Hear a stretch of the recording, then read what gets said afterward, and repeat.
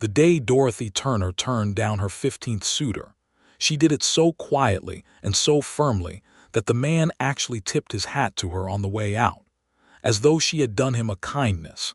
And perhaps she had, because Dorothy Turner had never been the sort of woman who left a man with false hope dangling like a noose around his neck.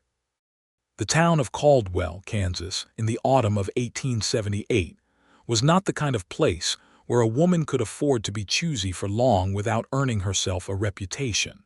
It sat right on the Kishom Trail, a dusty, restless town where cattle drives rolled through like thunder and left behind nothing but trampled earth and the lingering smell of livestock.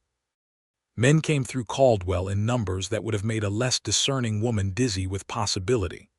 They came sunburned and trail-worn, with money burning holes in their pockets and loneliness stitched into the lining of their coats.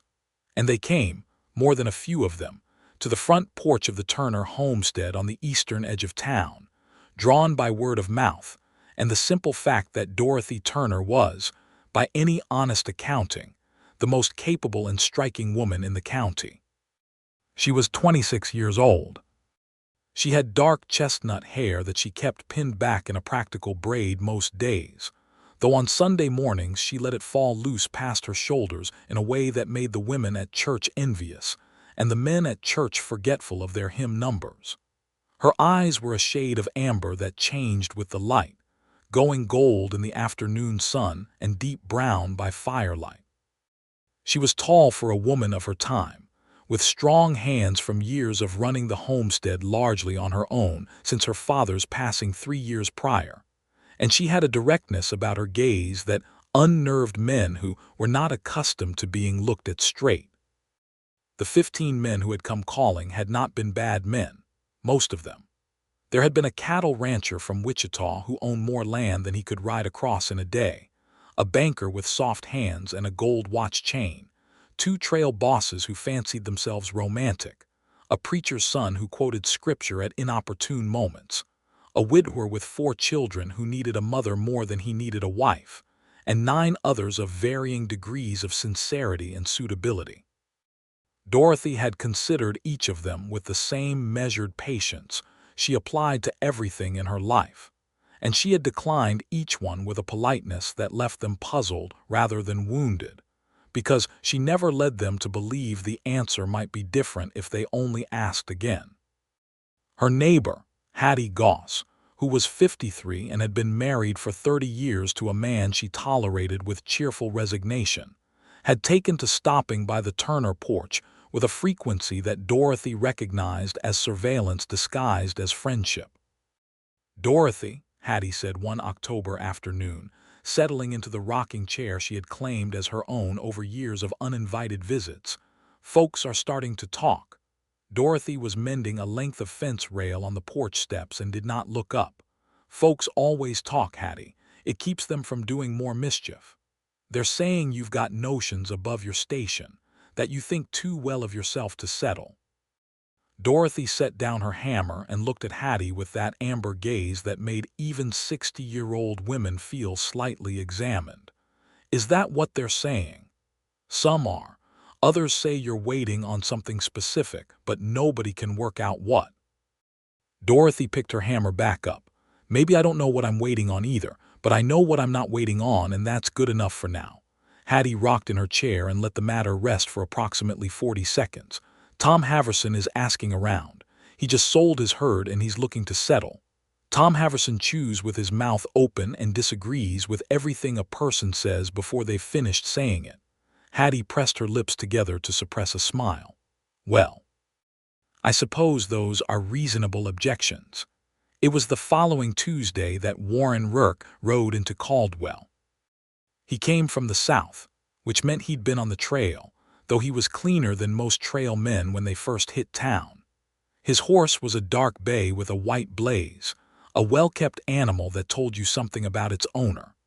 Warren Rourke was 30 years old, lean through the shoulders in the way of men who worked hard without running to bulk, with dark hair that wanted cutting and a jaw that carried 2 days of stubble like it belonged there. He had gray eyes, the particular gray of an overcast sky before rain, and they took in the town of Caldwell with the unhurried attention of a man who was not passing through. He stopped at the livery first, which was the mark of a man who prioritized his horse. He paid Elias Cobb, the liveryman, fairly and without negotiation, asked about the condition of the town's water supply, and then walked to the sheriff's office. Sheriff Aldous Prout was 61 and had been the law in Caldwell for 11 years, long enough to have seen every variety of man the West produced come through his jurisdiction. He had a system for sorting them. Men who came to his office first were cautious and law-abiding. Men who went to the saloon first were either trouble or becoming trouble. Men who went to the bank first were either establishing themselves or planning a robbery, and you could usually tell which within 30 seconds of their opening their mouth. Warren Rourke came to the sheriff's office and introduced himself by his full name, and by the name of the county he'd come from, which was Comanche County to the south, and he said he was looking to settle in or near Caldwell and wanted to know the lay of the land before he did anything else. Sheriff Prout liked him immediately and distrusted that instinct enough to ask a few careful questions. Warren answered them without evasion and without performance. He'd been working cattle for 7 years, had saved enough to put down on a parcel of land, and had decided on Caldwell because the rail access was good, and the land east of town was fertile enough to run mixed operation, cattle and some crop. East of town, Sheriff Prout said, studying Warren the way he studied most things, as though the truth were written somewhere beneath the surface. That's where the good grass runs, from what I can see. That's also where the Turner place is. Dorothy Turner owns the prime parcel out that way. 120 acres, good water, solid fencing. Warren nodded. I'll need to talk to her about the property lines before I make any offer on the parcel adjacent. You'll need to be polite when you do, Sheriff Prout said. Dorothy Turner is a respected woman and she runs that land well. She doesn't suffer fools. I don't generally present as one, Warren said, without arrogance, just as a statement of fact. Sheriff Prout looked at him another long moment. She's turned down 15 men who came calling, if you're thinking along those lines. Warren stood up from the chair he'd taken and settled his hat back on his head. I'm thinking along the lines of property lines right now, Sheriff, but I appreciate the information. He went to the land office next, where he reviewed the survey maps for the available parcel east of town, a 60-acre piece that shared its western boundary with Dorothy Turner's land. He asked precise questions about water rights and soil quality, and took careful notes in a small book he carried in his breast pocket. The land agent, a nervous man named Greeley who sweated even in October, was visibly relieved to be dealing with someone who knew what questions to ask. Dorothy was pulling the last of her kitchen garden that afternoon, the carrots and the late turnips, when she heard hoofbeats on the path to her house. She straightened and turned with the unhurried patience of a woman who was accustomed to interruption and had made her peace with it. The man on the dark bay horse was not someone she recognized. He stopped a respectful distance from her garden, which she noticed, and he removed his hat before he spoke, which she also noticed. Miss Turner. He had a voice that was lower than you expected from the lean build of him, steady and without the excessive friendliness that some men put on like a coat when they wanted something. That's right, she said. Warren Rourke. I've just come from the land office. I'm looking at the McCready parcel to your west, and I wanted to introduce myself and ask about the shared boundary before I made any decisions. Didn't want to be a neighbor before I'd been a decent stranger. Dorothy regarded him for a moment. That's an unusually thoughtful approach. The land office told me the fencing on that boundary has been maintained by you for the last 3 years since McCready left. I wanted to tell you directly that I'd take over that responsibility if I settle there, and that I'd compensate you fairly for the upkeep you've already put in. That stopped her. In 3 years, not one person connected to the McCready parcel had acknowledged those repairs. She had made them because an unmaintained fence was a hazard to her own cattle, and she had accepted the cost without complaint. But the fact that this stranger had gone to the trouble of finding that out and then addressing it before anything else told her something. The fencing cost me approximately $40 in materials and labor, she said. I'll pay you $50 to account for the time and the inconvenience, Warren said. $40 is the fair price. He nodded. Then $40 it is. She pulled her work gloves from her hands and looked at him steadily. You're thinking of settling, not just passing through. I am. I've been on the trail long enough. I want land of my own and something to show for the years I've put in. Where are you from originally? Missouri. But I've been in Texas and then the Indian Territory for the last several years. I know cattle and I know this kind of land. I can make that parcel work. Dorothy looked past him to the west, to the low roll of the prairie grass bending in the October wind. The McCready land was good land, and she had been quietly hoping whoever took it would be someone who would manage it properly and not let it go fallow or turn it into a source of trouble. Come back Saturday, she said. I'll walk you along the fence line and show you what's been done and what still needs attention. It'll give you a better sense of the property than the survey maps will. Warren Rourke settled his hat back on his head. I'll be here at 8 if that suits. 8 suits fine, Dorothy said, and turned back to her carrots. He arrived at 10 minutes before 8 on Saturday morning, which told her he had started out early enough to give himself a margin of error, which told her he did not like to be late, which told her he respected other people's time. She had 3 years of reading men's characters in small things, and she had come to trust that skill the way she trusted her instincts about weather. She had coffee ready and she offered him a cup before they set out, not out of any particular warmth at that point, but because it was a cold morning and starting a 2-hour walk in the cold without coffee was just poor management. He thanked her and drank it standing at the edge of the porch, looking out at the land with that same unhurried attention she'd noticed the first day. How long have you been working this place alone? He asked. 3 years since my father passed. My brother was here the first year, but he's in Dodge City now. He sends money sometimes. That's a lot of land for one person. I hire seasonal help for the cattle work, but yes, it's a lot. She said it without self-pity, as though it were simply a fact she had arranged herself around. They walked the fence line for 2 hours. Warren asked intelligent questions. He didn't talk over her explanations or offer unsolicited opinions about how she might have done things differently, which was a habit she'd observed in most men when they were being shown something by a woman. He took out his small notebook twice and made notes. He tested the tension of the fence wire in several places with his hands and crouched down to look at the post foundations where the ground had been soft. You used railroad ties for the corner posts, he said. Stronger than wood and they last longer in this soil. Cost more up front, but they don't need replacing. That's good thinking, he said, without the condescending tone that sometimes attached itself to male compliments directed at women. Thank you, Dorothy said, and meant it simply. When they got back to the house, he paid her the $40 in coin and thanked her for her time. He did not linger. He did not look at her with that particular calculating consideration she had come to recognize in men who were tallying her up as a prospect. He simply shook her hand, which surprised her because men rarely shook a woman's hand in 1878, and walked back to where he'd tied his horse. Mr. Rourke, she said. He stopped and turned. There's a creek on your northeast corner that floods in spring, not badly, but enough that you'll want to trench it before March. He took out his notebook and wrote it down. Thank you, Miss Turner. She watched him ride back toward town and felt something she could not immediately name, which was unfamiliar to her, because Dorothy Turner was a woman who generally knew her own mind. The land transaction took 3 weeks to finalize, which meant that Warren Rourke was in and out of Caldwell with a frequency that made his face familiar around town before he'd officially moved in.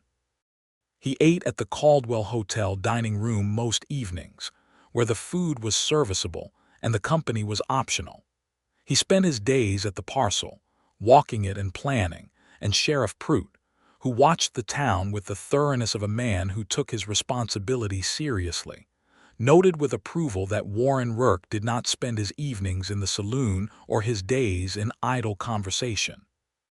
Word spread, as word did in small towns, with the efficiency of a telegraph system made entirely of human curiosity, that the new man buying the McCready land had been out to the Turner place, and that Dorothy Turner had walked the fence line with him for 2 hours, which was more sustained voluntary contact with an eligible man than she had permitted in 3 years. Hattie Goss appeared on Dorothy's porch the following Monday with a basket of preserves she did not need to bring and a look of studied innocence that fooled neither of them. "I hear you showed the Rourke man around the property boundary," Hattie said. "He's going to be my neighbor. It made practical sense." "Of course it did." Hattie set down her basket. "Is he as good-looking as people are saying?" Dorothy picked up the mending she'd set aside and applied herself to it. "I didn't notice." "Dorothy Turner, you have noticed the quality of every fence post on 120 acres of land. You've absolutely noticed whether the new neighbor is good-looking." Dorothy's mouth curved slightly at one corner. "He's presentable," she said. "Presentable," Hattie repeated. "After 15 men you couldn't find anything kind to say about. I'll take presentable as high praise." Warren moved onto the property in early November, and the first hard cold of the season arrived 3 days after he did, as though the prairie were testing him.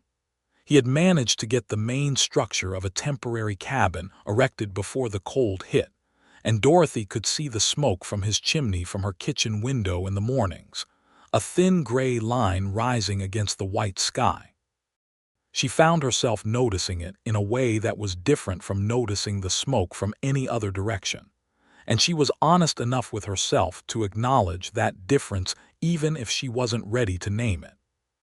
He came over twice in the first 2 weeks, once to ask about where in town she bought her grain, and once to return a hammer he'd borrowed from her porch nail when she wasn't home, which he'd left a note about. And the note had been careful and apologetic and had offered to pay for the use of it, which she found both unnecessary and endearing. The second time he came by, she had a pot of venison stew on and she asked him to stay for supper, because it was the neighborly thing to do and because it was a cold evening and the stew was more than she needed on her own. He accepted without making more of the invitation than it was, which she appreciated. They ate at the kitchen table and talked about practical things: the quality of Caldwell's feed store, the likelihood of a severe winter based on the behavior of the cattle, the advantages and disadvantages of the rail access for selling stock. He was intelligent and well-reasoned in his opinions, and he changed his position once during the conversation when she made a better argument about cattle prices, which she noticed because men who changed their positions when they were wrong were rarer than men who dug in regardless of evidence. "You know this land better than most men I've spoken to who have lived here their whole lives," he said. "I've had reason to learn it carefully," Dorothy said. "When you're the only one responsible for a piece of land, you pay attention. Your father taught you. Some of it. The rest I learned from necessity and from listening to people who knew better than I did. Most people are willing to share knowledge if you ask with genuine interest." Warren looked at her across the kitchen table and Dorothy had the strange sensation of being seen, not catalogued the way some men looked at her, calculating her assets and liabilities, but actually seen, as though he were interested in who she was rather than what she represented. "You've done something remarkable here," he said quietly. "I've done what needed doing," she said, equally quiet. He left at a reasonable hour and thanked her for the meal with the same straightforward sincerity he applied to everything, and Dorothy washed the 2 bowls in the kitchen and stood at the window looking out at the cold, dark prairie, and told herself firmly that she was not going to make a fool of herself over a neighbor she'd known for 3 weeks. November deepened into one of the coldest the county had seen in years. The creek on Warren's northeast corner froze, which was earlier than usual, and there was a period of 2 weeks where neither of them got much further than necessary errands because the cold was bitter, and the wind came off the plains with a meanness that made any outdoor work miserable. During those 2 weeks, Dorothy noticed she looked out her kitchen window at his smoke more than she should have. In early December, one of Dorothy's cows, a reliable animal she'd had for 5 years, got into trouble calving. The calf was coming wrong, and Dorothy had handled difficult calvings before, but this one was bad. And after 2 hours she was cold and exhausted, and the cow was in distress, and she made the decision that she needed a second pair of hands. She went to Warren's cabin on foot because it was faster than saddling a horse and because the snow was not deep yet. She knocked on his door, and when he opened it she said, without preamble, "I need help. Difficult calving." He was out the door in 30 seconds, pulling his coat on as he came. They worked together for another hour in the barn, in the dim lantern light, in the cold that came through the barn walls like needles. Warren was good with animals in the specific, focused way of someone who had done this work many times, and he followed her lead because it was her barn and her animal, which was the right instinct even when he knew what he was doing. When the calf finally came and lay in the straw, breathing in stuttering, urgent little gasps that resolved into steady breathing as they watched, Dorothy sat back on her heels in the hay and let out a long breath that she felt all the way down to her spine. "She'll do," Warren said, watching the cow nosing at her calf. "She will," Dorothy agreed. She looked over at him and found that the lantern light did something to the gray of his eyes that made them look warmer than their color suggested, and she was aware, in a way she hadn't been quite so acutely before, of how close they were sitting in the small space of the barn, and how easy it was to be next to him, how unforced the whole of the last 2 hours had been. "Thank you," she said. "I could have managed, but it would have been harder without you." "That's what neighbors are for," he said, and smiled, and it was the first time she'd seen him smile fully, not the small curves at the corner of his mouth that she'd observed a few times, but a real smile, and it changed his face in a way that did something to her composure that she immediately put away in a very secure internal location. They went into the house for coffee, and she warmed it on the stove while he washed his hands at the basin. She made biscuits because there was dough already prepared, and because doing something with her hands gave her something to do with the feeling that was moving quietly through her like water finding its level. They sat at the kitchen table again and talked for 2 hours, longer than any conversation they'd had before, and it ranged further than practical matters into territory that felt more personal, not in the probing, presumptuous way that some of the men who'd come calling had tried, but naturally, the way conversation goes between two people who are genuinely interested in each other's minds. He told her about Missouri, about his family, a father who'd died in the war and a mother who'd remarried and moved to Illinois and a sister in St. Louis he wrote to regularly. He told her about his years on the cattle drives, about the Indian Territory and the particular quality of the land down there, flat and immense and quietly beautiful in a way that was different from the Kansas plains. He talked about it with the reverence of someone who had learned to love the land in the specific way that came from working it. Dorothy told him about her father, about what he'd built and what the homestead had meant to him and what it meant to her now, the weight of it and the satisfaction of it and the loneliness of it that she generally did not admit to anyone. "Do you miss having someone to share it with?" Warren asked, and it was not a leading question, not a calculated prelude to something, just a direct inquiry from someone who was genuinely curious. Dorothy considered the question honestly, the way she considered all things.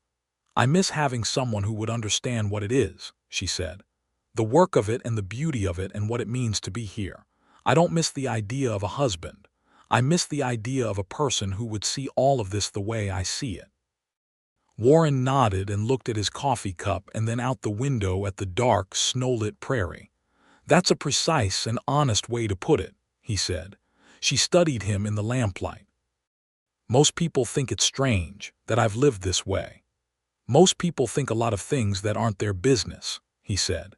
She laughed, and it surprised her, the ease of it, the way it came without effort, and he looked over at her when she laughed with an expression that she would think about later when she was alone and be flustered by, because it was not the look of a man cataloging a woman's assets. It was the look of a man who was glad to be exactly where he was. He left close to midnight and apologized for keeping her up, and she told him honestly that she hadn't minded, and stood at the door watching him walk back across the snowlit field toward the thin line of smoke from his chimney, which was not thin anymore because he'd left a good fire when he came over.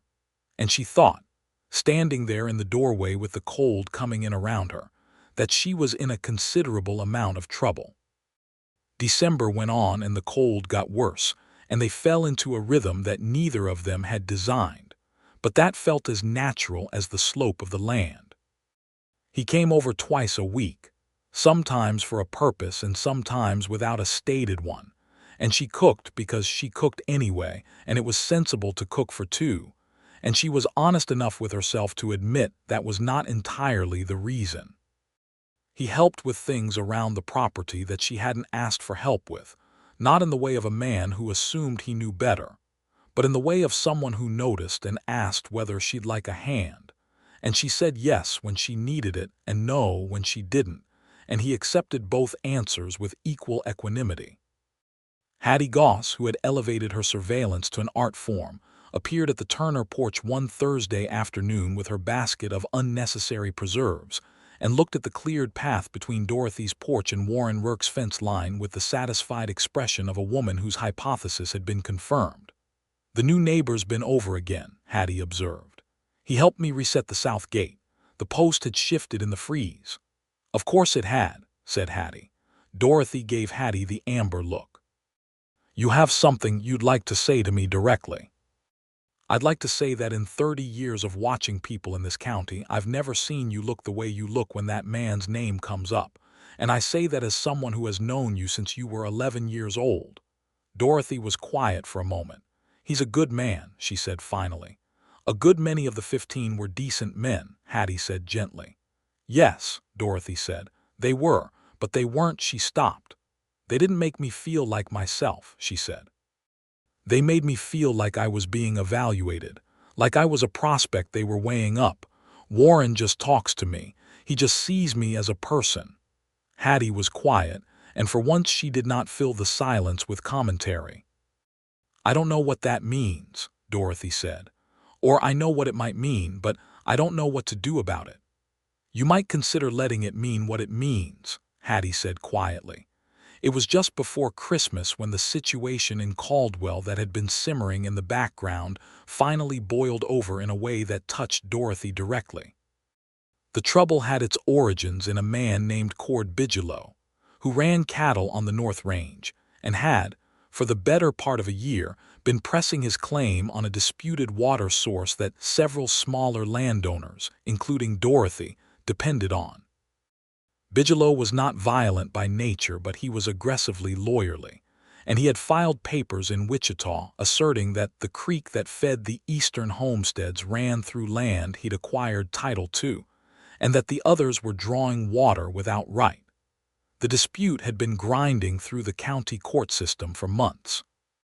Dorothy had documentation going back to her father's time that established her water rights, but Bigelow had a Wichita lawyer who was considerably better financed than the collective resources of the East Range homesteaders, and the outcome was not guaranteed.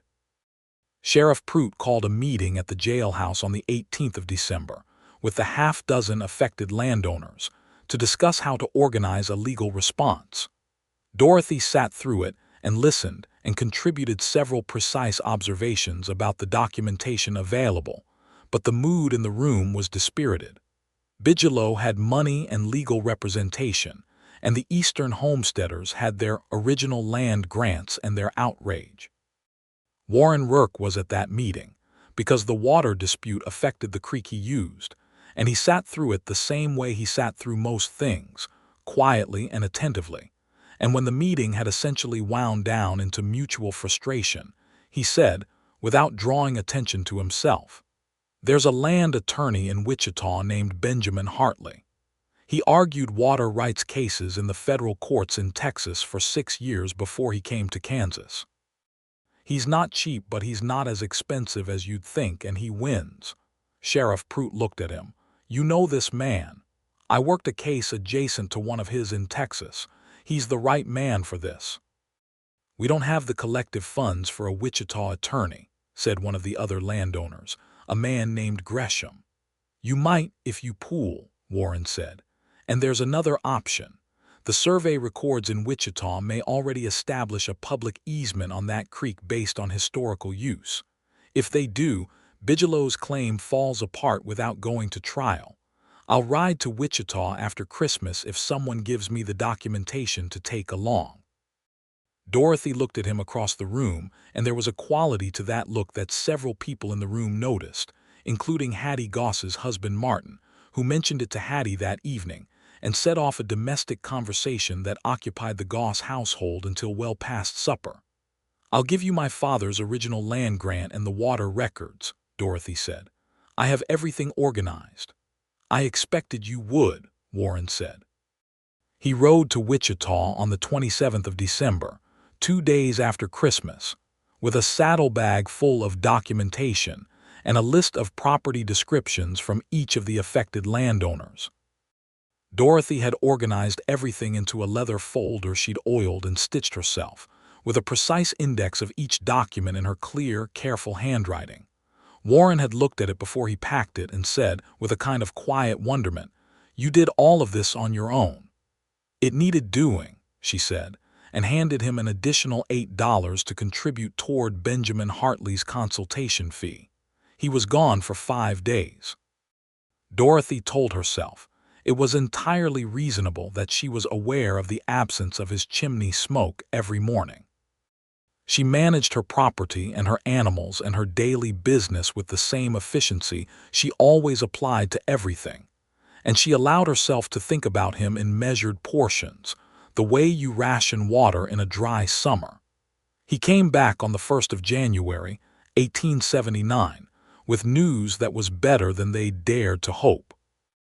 Benjamin Hartley had reviewed the documentation and confirmed that there was, in fact, an established public easement on the creek recorded in the original county survey from 1867, predating Bigelow's acquisition by 11 years.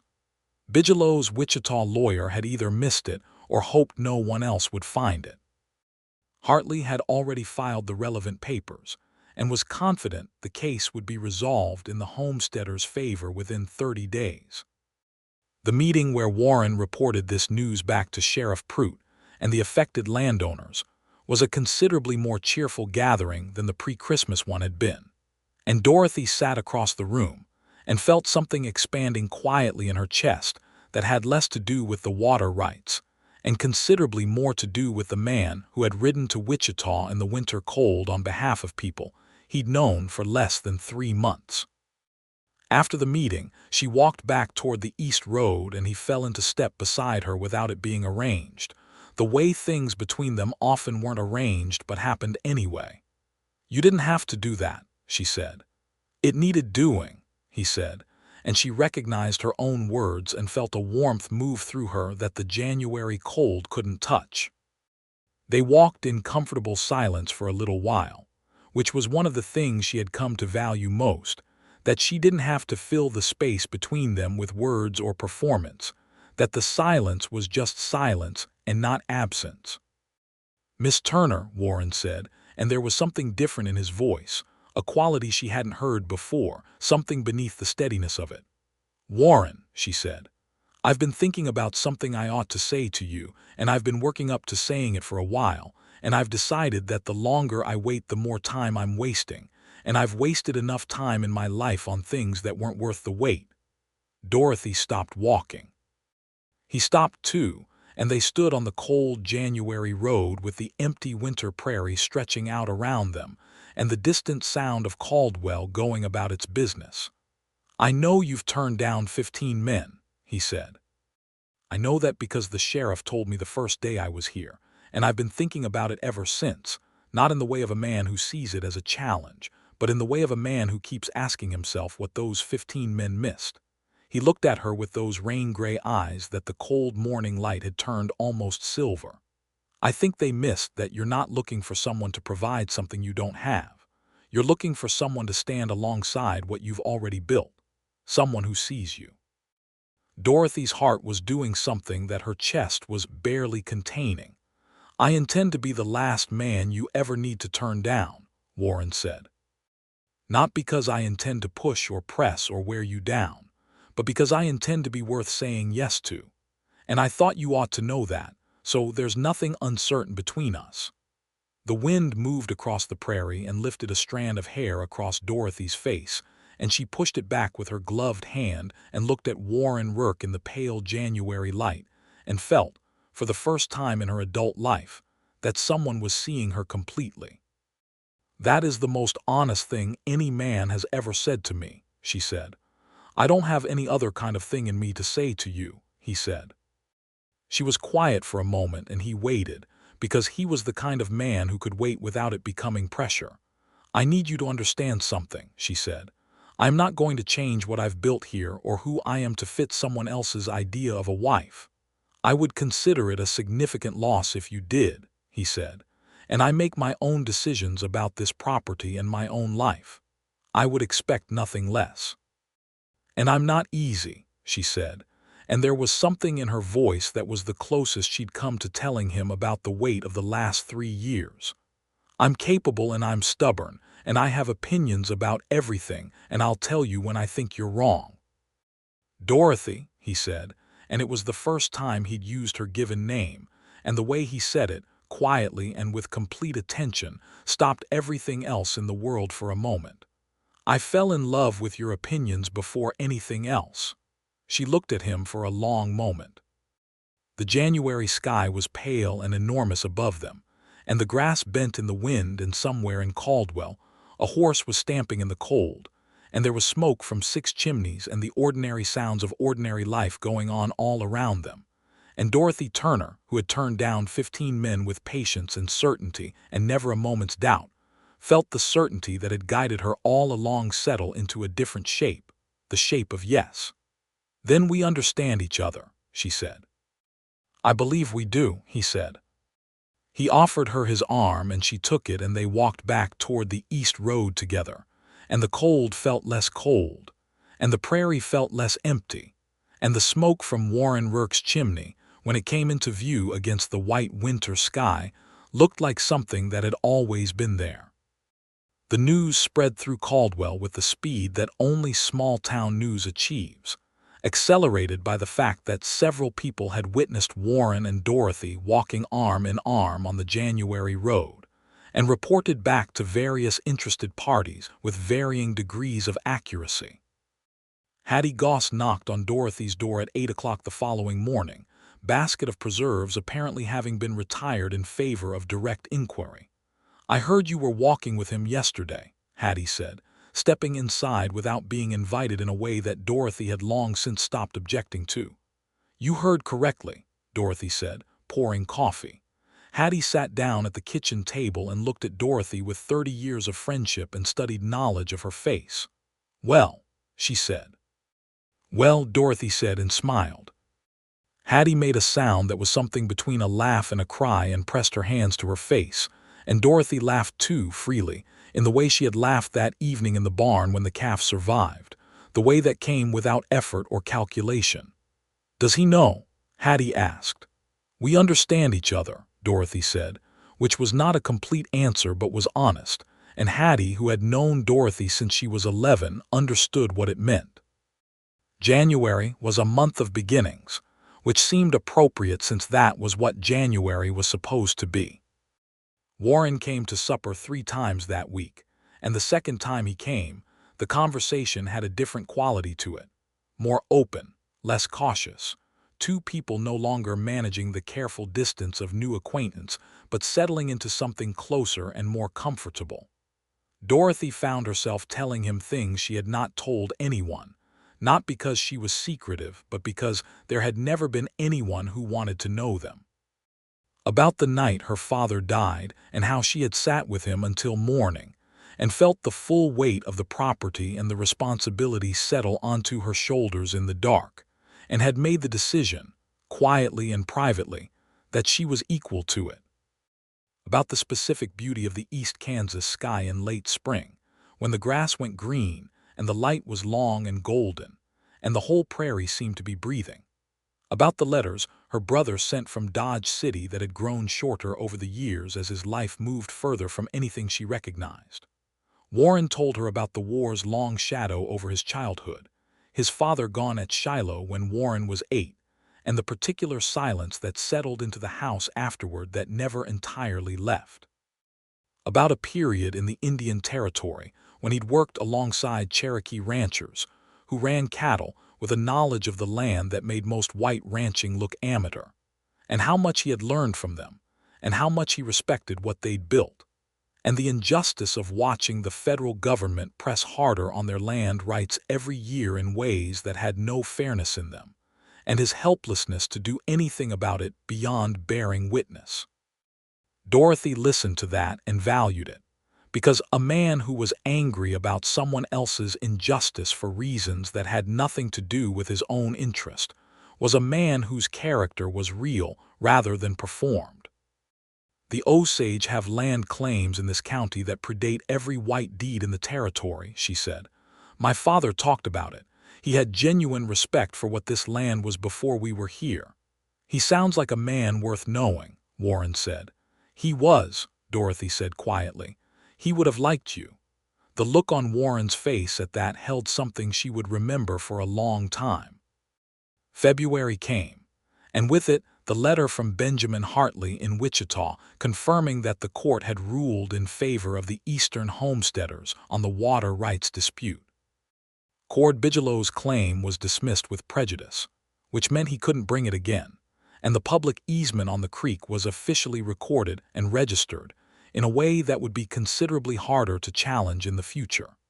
Sheriff Prout read the letter out loud at the general store on the 11th of February, and there was an outburst of general satisfaction that briefly united the town in a way that these kinds of small legal victories occasionally managed. Warren and Dorothy walked home together that evening, because they were walking home together most evenings by February, and the temperature had lifted slightly, enough that the cold was a presence rather than a force, and there was a particular quality to the February dusk on the prairie that Dorothy loved, the way the light went orange and then a deep rose and then a violet that seemed to come from within the sky rather than being laid on top of it. Walk out to the east pasture with me, she said. The light is going to be extraordinary. They went out to the far east pasture and stood at the fence that marked the edge of her land, looking east at the enormous sky going through its colors, and the grass below it was gray-gold in the fading light, and the creek was a dark line through the middle of it, the creek that was theirs again by law and record, and Dorothy felt a fullness in her chest that was happiness of the particular kind that comes when things you have worked for and waited for arrive in the same season. Warren put his hand over hers where it rested on the fence post and didn't say anything, because nothing needed to be said. She turned her hand over under his and held it. They stood there until the last of the violet faded from the sky and the first stars appeared, and the cold came back with the dark, and neither of them moved until they had to. He kissed her for the first time on the porch of her house that night when he was leaving, and it was not impetuous or performative. He put his hand alongside her face and looked at her for a moment the way he looked at everything, with that unhurried, attending gravity, and she looked back at him with her amber eyes, and then he kissed her, gently and with intention, and she kissed him back with everything she had been holding at careful distance for months, and the cold night air around them meant nothing at all. He walked back to his cabin across the snow-lit field, and she stood on the porch and watched him go and felt, for the first time in the years since her father's death, that the solitude that had been the shape of her life had changed its form into something else entirely. March brought the thaw and with it the particular chaos of early spring on working land, the fence repairs that the winter freeze had made necessary, the first cattle work of the season, the planting preparations and the ground that was soft and difficult and demanding all at once. Dorothy and Warren worked their adjacent properties with a coordination that felt natural, because it was based on practical compatibility rather than any constructed arrangement. sharing labor where it made sense, tools and information and the occasional supper. And the people of Caldwell who passed the East Road noticed that the Turner place and the Rourke place seemed to operate as a single organism with considerable efficiency. On the third Saturday in March, Warren came to Dorothy's kitchen for breakfast, and she made eggs and salt pork, and the good coffee she kept for company rather than the inferior kind she kept for herself, which was a detail she was aware of, and which made her smile into the stove. He ate breakfast and then sat with his coffee and looked at her in the way that had become familiar and still produced in her the sensation of a room where all the windows had just been opened. "Dorothy," he said. "I know that tone," she said, sitting down across from him. "Do you?" he said. "You're about to say something you've been thinking about for a while." "I am," he said. "I want to marry you. I've wanted to ask you for weeks, and I've been waiting for the right moment. And I've decided there isn't a right moment. There's just the moment you're in. And the moment I'm in is one where I want to spend every available moment with you for the rest of my life. And I thought you should know that in the clearest terms."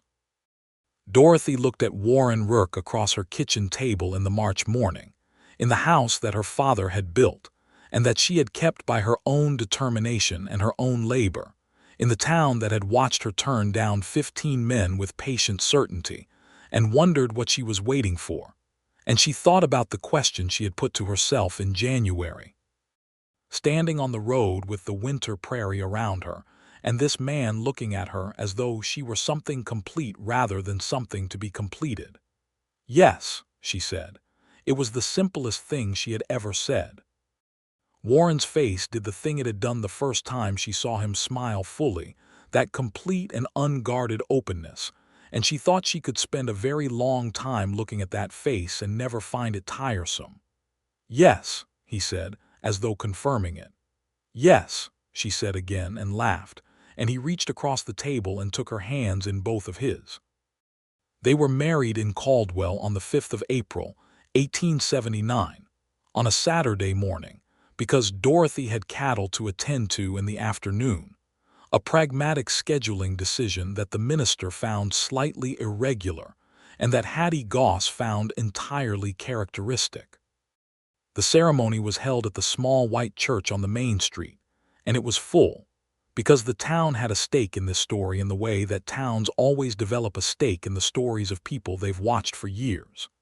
Hattie sat in the front pew with Martin, and wept with the unabashed enthusiasm of a woman who had been invested in this outcome since October, and Sheriff Prout stood at the back with his hat in his hands and the satisfied expression of a man who had made a good assessment. Dorothy wore a dress she'd made herself from blue calico that matched the April sky outside the church windows, and her dark chestnut hair was down, in the way she wore it on Sunday mornings, and Warren stood at the front of the church in a suit he'd made in Wichita, dark wool, well fitted, and looked at Dorothy walking toward him with an expression that said everything in the plainest possible language. They said their vows in the direct, clear way they said everything, without performance, and when Warren put the ring on Dorothy's finger and looked at her, there was a quality to the look that said, "This is exactly what I chose and exactly what I mean." The reception was at the church hall, with food brought by half the town and fiddle music provided by old Charlie Watts, who was 70 and mostly deaf but played beautifully by memory.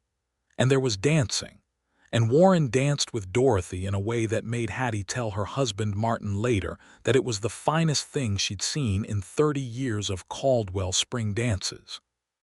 They went home to the Turner house, which was where they'd agreed they would live because it was the better established property, and neither of them was sentimental about convention for its own sake. And that evening, sitting on the porch in the April dusk with the prairie going gold in the last of the light, Dorothy leaned against her husband's shoulder and felt the particular piece of a life that had arrived at the shape it was supposed to have. "The last one," she said. "I beg your pardon," Warren said. "You said you intended to be the last one I'd ever need to turn down," she said. "I did say that," he said. "You were right," she said simply. He kissed the top of her head and she felt him smile against her hair. "I usually am," he said. "Don't press your luck," she told him. He laughed and she laughed, and the April evening received it without judgment. The first year of their marriage was a year of extraordinary productivity and warmth, both of which surprised Dorothy slightly. Not the warmth of the marriage itself, which she had suspected would be good based on available evidence, but the way the two of them together exceeded what either of them had managed separately. Warren's 60 acres and Dorothy's 120 worked together as a single operation, made both parcels more efficient, the water management better, the cattle work more organized, the planting more expansive. By autumn of 1879, they had the largest and best-managed operation on the East Range, and they had achieved it without running themselves to ruin, because they worked well together and they were honest with each other about what was possible. The marriage was good in the ways Dorothy had hoped, and in ways she hadn't thought to hope for. Warren was a man who meant what he said always, and who did what he said he'd do always, and who was present in the specific way of someone whose attention was genuine. He argued with her when he thought she was wrong, and she argued back, and they generally arrived at something better than either of them had started with, and they did it without rancor because the argument was always about the thing itself and not about who was in charge.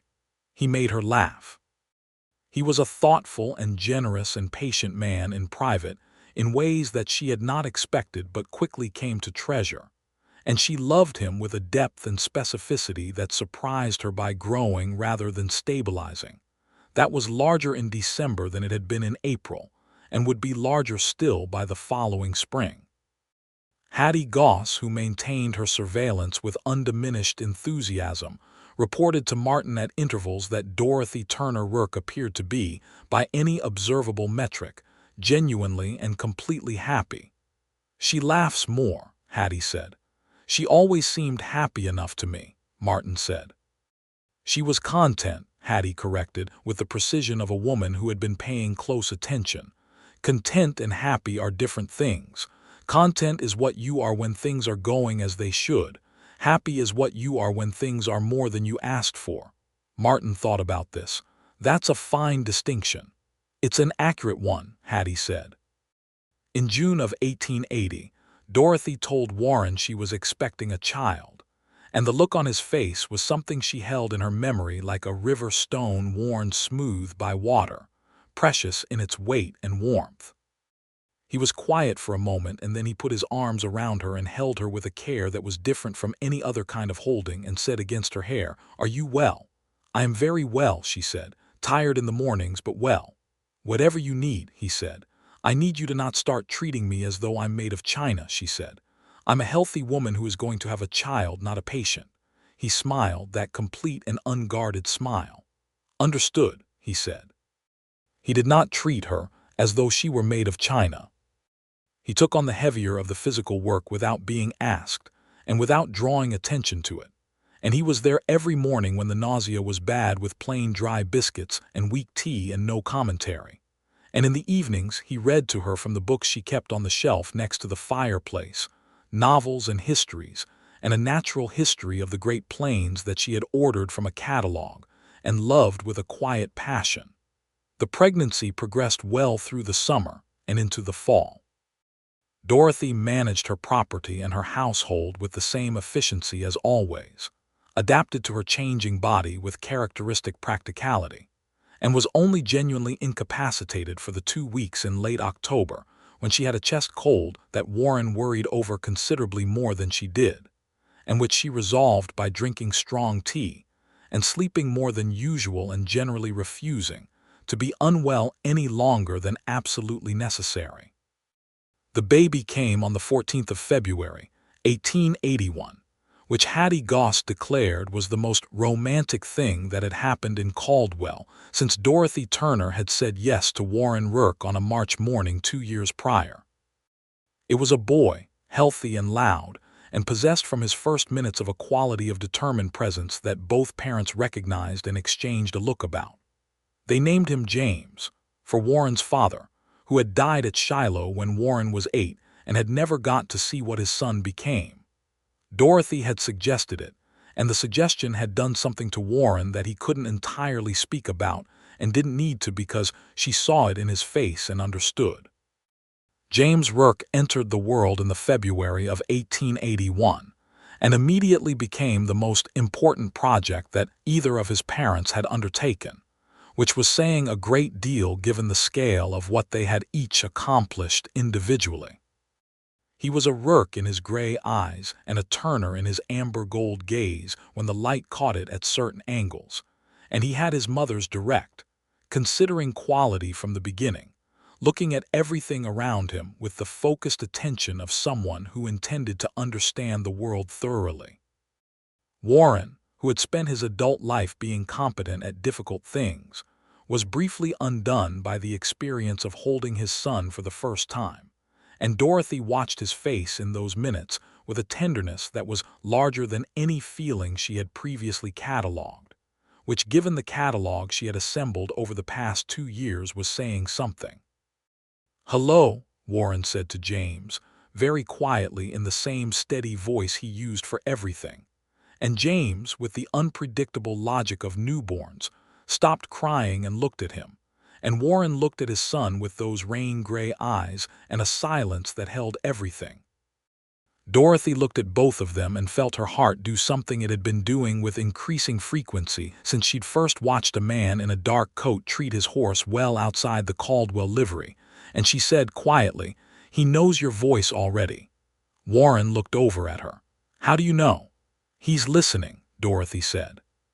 Spring came, and James grew with the energetic determination of a child who had somewhere to be, and the Rourke property on the East Range flourished in the way of things that are tended well, and the town of Caldwell went about its business around them, with the usual variety of events and crises and small dramas that constituted life in a trail town in the early 1880s.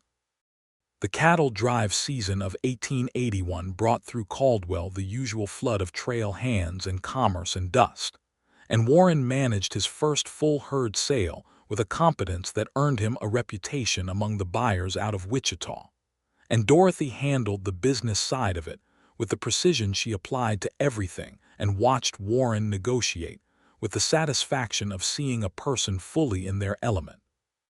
Hattie Goss came by on a Thursday in June of that year and found Dorothy on the porch nursing James and reading a legal document with the focused attention of someone who had not allowed parenthood to diminish her engagement with the running of her property. "How do you do that?" Hattie asked. "Do what?" "Read legal documents while nursing." "The baby doesn't require my reading eye," Dorothy said. Hattie sat down in her rocking chair and looked at Dorothy with the warm, accumulated regard of a woman who had watched this person grow from an 11-year-old to something extraordinary. "Are you happy, Dorothy?" Dorothy looked up from her document and at Hattie and then out at the East Prairie, gold and green in the June light, and at the distant figure of her husband moving along the fence line of the far pasture, checking the wire in the way he did every June when the heat expansion could loosen things, and at the child in her arms who had his father's serious quality in the particular attention he was currently directing at the button on her sleeve. "I am more than I asked for," Dorothy said. Hattie's eyes got bright. "That's what I told Martin," she said. Dorothy looked at her. "You discuss my happiness with Martin." "I discuss everything interesting with Martin," Hattie said. "He's my husband." "That's what husbands are for, among other things." Dorothy looked back at the far pasture and the figure of Warren there, and felt, in the full warmth of the June afternoon, with her son in her arms and her land around her, and the man she loved at work on the far fence line, the specific and complete happiness that is not the absence of difficulty, but the presence of everything that makes difficulty meaningful. In the fall of 1882, they found out a second child was on the way, and this time Dorothy's pregnancy was easier in the mornings though harder in the later months, and Warren was more settled in his management of his worry this time, which is to say that he expressed it less and acted on it more effectively, and Dorothy appreciated this distinction. Their second child, born in the early spring of 1883, was a girl, and they named her Frances, for Dorothy's mother, who had died when Dorothy was 14, and whom she had carried as a quiet private grief for 12 years. Frances arrived with her mother's amber eyes and her father's unhurried quality, and the immediate impression of being a person who knew what she wanted, which both parents noted with the amusement of people who recognized themselves.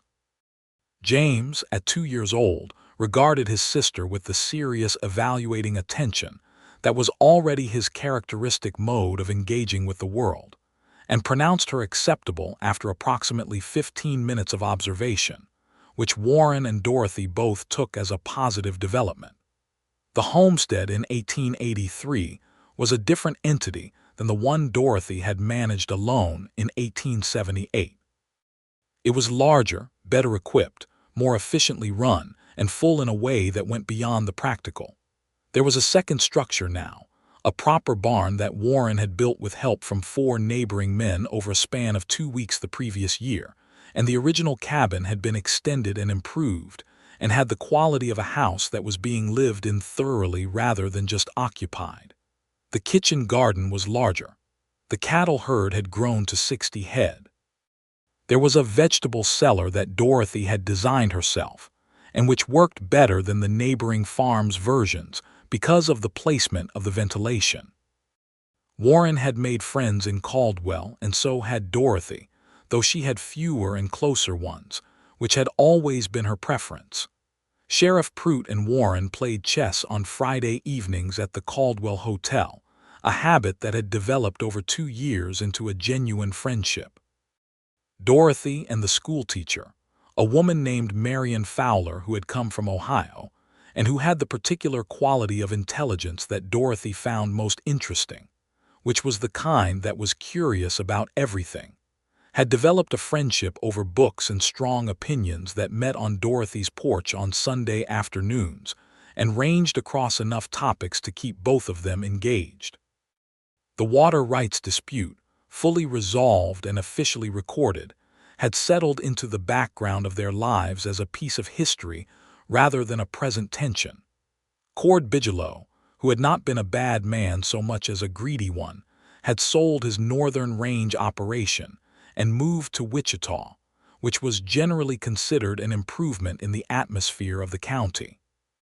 On a Sunday evening in October of 1883, Dorothy and Warren sat on the porch after supper, which was a thing they did when the children were asleep and the work was done and the evening was kind enough to permit it, and watched the stars appear over the East Prairie in the particular way they did in October, sharp and close and enormous, filling the sky from horizon to horizon with their indifferent, beautiful abundance.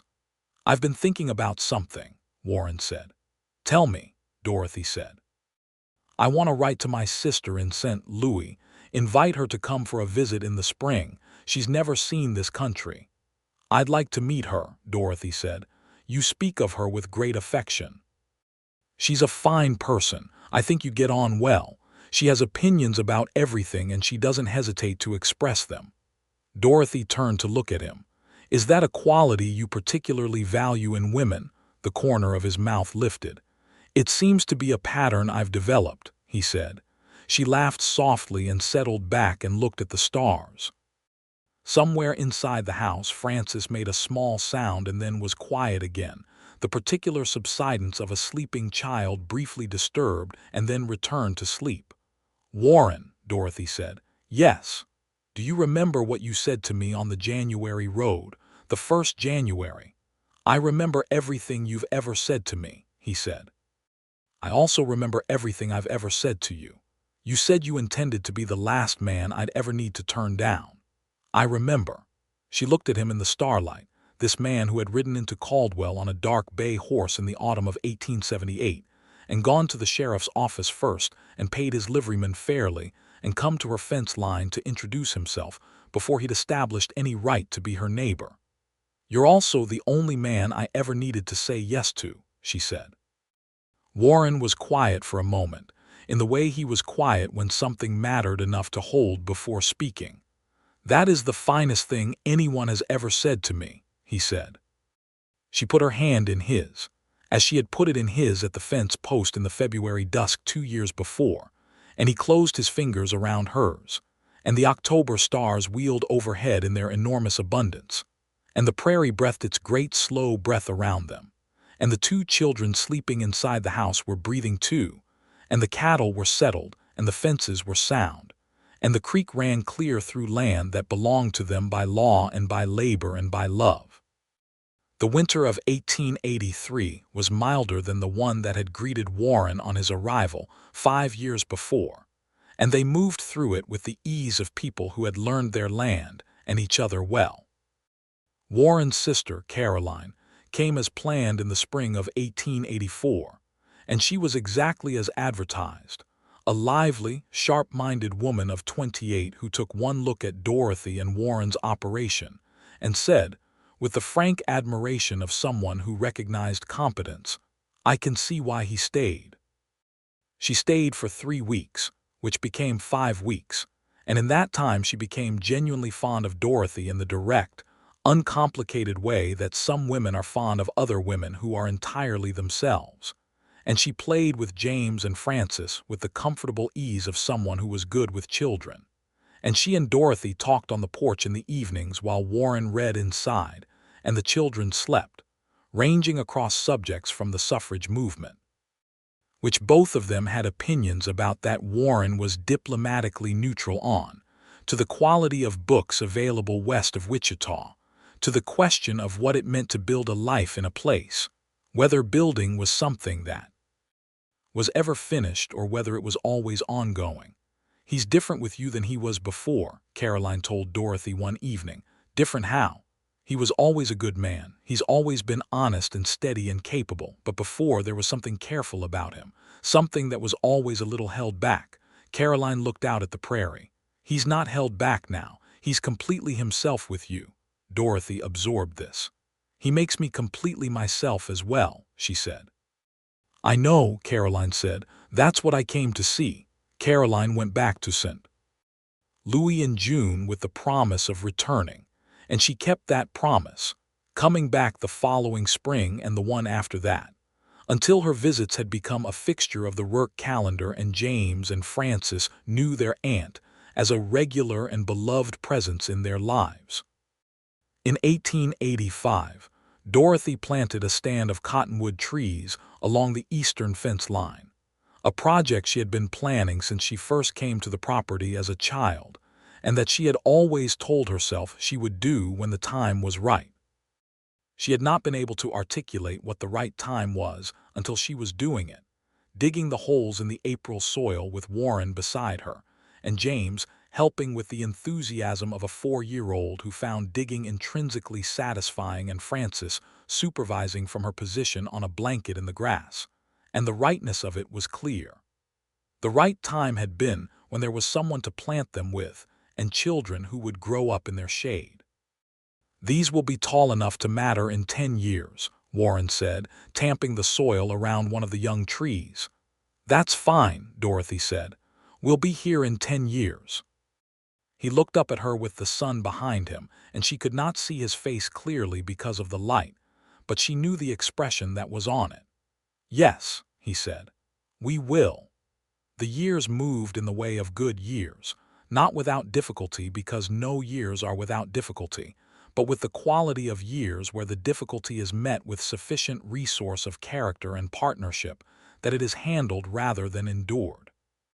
There were hard seasons and dry summers and the ongoing work of a working property, and there were the usual losses that any life accumulates, and there was always the vastness of the Kansas sky overhead and the unchanging beauty of the East Prairie, which Dorothy never stopped looking at with the precise and loving attention of a person who understood that beauty and utility were not separate things in the land they worked. James grew from a serious, observant child into a serious, observant boy who had his mother's precision and his father's patience, and who showed, by the age of 6, a quality of attachment to the land that both his parents recognized as the particular inheritance of someone who was going to stay. Frances grew from a determined infant into a determined child, who had her father's steadiness and her mother's directness, and who at the age of 4 had already demonstrated an alarming capacity for knowing exactly what she wanted and finding ways to achieve it that were technically within the rules but just barely, which Warren said was her mother's method entirely, and Dorothy said was absolutely no such thing. By 1886, the Rourke operation had become one of the most respected in the county. Warren had a reputation that drew men from as far as Wichita for advice on water management and land use, and Dorothy's organizational and business methods had been mentioned in a county agricultural report in terms that pleased her more than she showed, because she had been doing it for 8 years, and it was satisfying to have it acknowledged.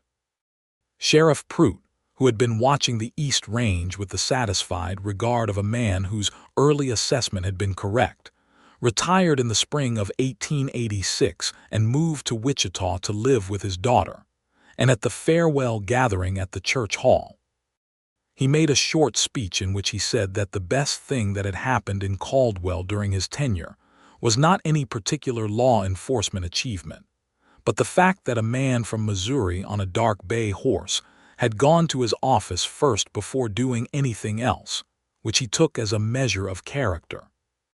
Warren walked home from that gathering with Dorothy's hand through his arm and James walking alongside them with the grave importance of a 5-year-old managing his pace to match the adults, and Frances asleep against Warren's shoulder with the boneless abandon of childhood exhaustion, and the spring evening around them was soft and warm and full of the sounds of Caldwell winding down its day.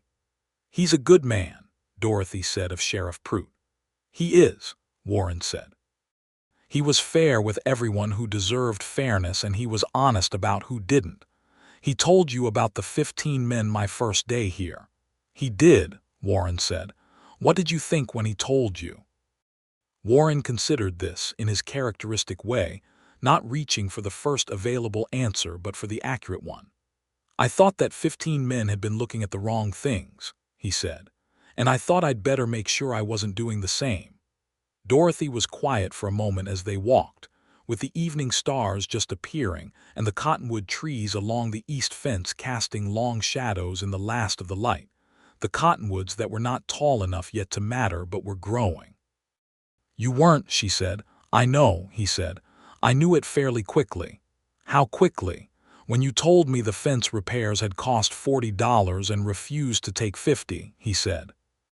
"A person who insists on fair rather than favorable when favorable is on offer is a person who sees things clearly, and a person who sees things clearly is someone worth knowing."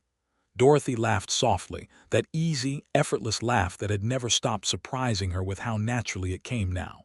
"That is the most practical basis for love I've ever heard of." "I've never been impractical about things I care about," Warren said. "No," Dorothy agreed. "You haven't." They reached the house and put the children to bed and sat on the porch for a while in the spring dark, and Dorothy leaned her head against Warren's shoulder and felt the years of her life, the ones before him and the ones with him, and the particular quality of the ones with him, the fullness of them, the sense of being in exactly the life she was supposed to be living, not because it was easy or perfect or without its own weight, but because it was true and she was herself in it. And the man beside her knew exactly who she was and had chosen her for that, not despite it. The prairie was dark and enormous around them, and the stars were out in their full October abundance, because it had turned October again the way it always did, and somewhere in the distance, a coyote called and was answered by another, and the cottonwood trees along the fence line were invisible in the dark but were there, growing. James and Frances slept inside the house that their grandmother had built, and their mother had kept, and their father had helped extend and improve. And the property around it ran healthy and well managed to the boundaries that Warren Rourke had introduced himself to 8 years ago with his hat in his hand, and the intention of being a decent stranger before he became a neighbor. Dorothy Turner had turned down 15 men with the patience and certainty of a woman who knew what she was waiting for, even when she could not name it. She had turned them down not from pride or impossibly high standards, or the kind of romantic fantasy that bore no relationship to the real world, but from the clear-eyed knowledge that she was not looking for someone to complete her, because she was not incomplete. She was looking for someone who understood the difference. Warren Rourke had understood the difference on the first day, at the fence line, when he offered her $40 for $40 worth of work, and meant it exactly. And he had gone on understanding it every day of the 8 years since, in 10,000 small and large ways, in arguments won and arguments lost, and arguments that had produced something better than either starting position. In early mornings working land they both loved, and in late evenings on the porch with the prairie around them, and in every moment of the ordinary and extraordinary life they had built together on the East Kansas range. He had said he intended to be the last man she would ever need to turn down, and he had meant it in the most complete and honest way that words could carry meaning, and the years had made it true in ways that went beyond the obvious, in the way that a promise made from real understanding goes on being true not because it is held to by effort, but because it is simply what the world is now. The cottonwood trees along the east fence were growing in the dark, putting down roots into the Kansas soil with the patient certainty of things that know they are where they belong. Dorothy Rourke, who had been Dorothy Turner, and before that her father's daughter, and before that a child who had learned to love this land by walking it with someone who loved it first, sat on her porch in the October dark with her husband beside her, and felt the complete and unhurried happiness of a woman who had trusted her own knowledge of what she was waiting for and had been proved right. Warren Rourke, who had ridden into Caldwell on an October morning in 1878 on a dark bay horse, and gone to the sheriff's office first, and paid his liveryman fairly, and come to a fence line to introduce himself to the woman he did not yet know he was going to love, sat beside his wife and watched the stars over the East Kansas prairie, and felt the specific peace of a man who had found the thing he was looking for without having been entirely sure what it was until he found it. Inside the house, their son James slept with his characteristic seriousness, dreaming whatever 5-year-olds dream when they have been lifted off their feet in the middle of an evening and carried to bed without fully waking. Their daughter Frances slept with the profound determination she applied to everything, her amber eyes closed against the dark, her whole person present even in sleep. The creek ran clear through the east pasture, documented and secured, belonging to them by law and by history, and by the water rights that 8 years ago a man had ridden to Wichita in the winter cold to defend for a woman he'd known for 3 months because it needed doing. The cattle were settled. The fences were sound. The cottonwood trees were growing. And on the porch of the house that 3 generations of her family had lived in and that she had kept by her own determination, and then built something larger with, Dorothy Rourke looked at the man who had known from the beginning what the 15 before him had not, and felt, in the full and unhurried way of things that are completely true, that the life around her was exactly the size and shape of everything she had ever hoped for. Which was, as Hattie Goss had correctly identified 8 years ago, rather more than she'd asked for, and was exactly, as Dorothy herself knew with the clear-eyed precision she applied to all things, exactly enough.